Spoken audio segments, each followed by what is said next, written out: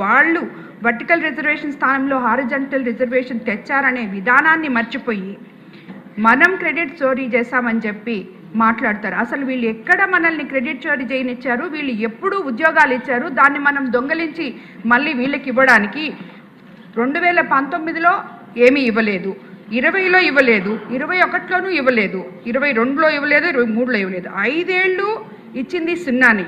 ఈ క్రెడిట్ గురించి మాట్లాడే ముందు మీరు ఇచ్చిన ఉద్యోగాలు ఎన్నో కూడా మీరు ఆలోచించాలి. అన్నిటికన్నా హాస్యాస్పదం ఏంటంటే ఈ ఒక్క డిఎస్సి మీద పిల్ వేసిన వైసీపీ ఎమ్మెల్సీ టీచర్స్ ద్వారా ఎమ్మెల్సీ అయిన ఒక ఎమ్మెల్సీ వాళ్ళ ద్వారా ఎమ్మెల్సీ అయ్యి ఆయన పిల్ వేయడం జరిగింది. ఆయనకి ఆల్రెడీ ఆయన కూడా ఒక టీచరే, ఒక కరెస్పాండెంట్ ఒక స్కూల్కి. ఎందుకంటే ఇది నాకు ఇంత క్లియర్గా ఇది మా జిల్లా నుంచే వచ్చింది కాబట్టి నేను చెప్తున్నాను.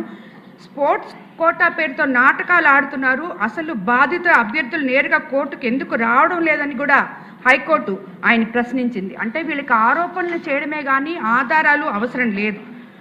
అలాగే ఈరోజు కూటమి ప్రభుత్వంలో ఎవరైతే నిరుద్యోగ యువతకు ఉద్యోగాలు రాకూడదని ఏకంగా 335 పిటిషన్లు వేయించి కోర్టుల ద్వారా మెగా డిఎస్సి అడ్డుకోవాలని ప్రయత్నం చేశారో ఇది ఎవరి మీద పోరాటం?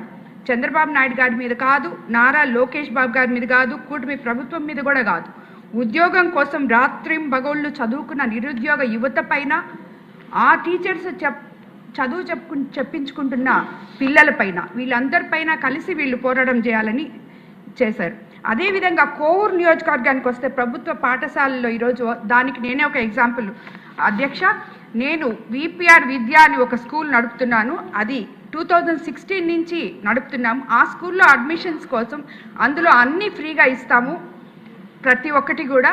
ఆ స్కూల్లో అడ్మిషన్స్ కోసం ఒక్కొక్క క్లాస్కి ఇంతకు ముందు 300 మంది అప్లికేషన్లు వేసుకునే వాళ్ళు. ఒక క్లాస్లో ఉన్న స్ట్రెంత్ 32 మందే.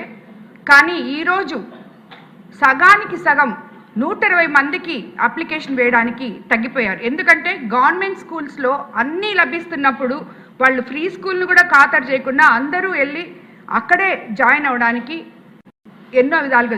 ఈ రకంగా చూసుకుంటే మా నెల్లూరు టౌన్లో మన మంత్రి నారాయణ గారు ఏర్పాటు చేసిన స్కూల్స్ అయితేనేమి, ఇవన్నీ ఈరోజు నో అడ్మిషన్ బోర్డులు గవర్నమెంట్ స్కూల్స్ అన్నీ ఇవ్వడం జరిగింది.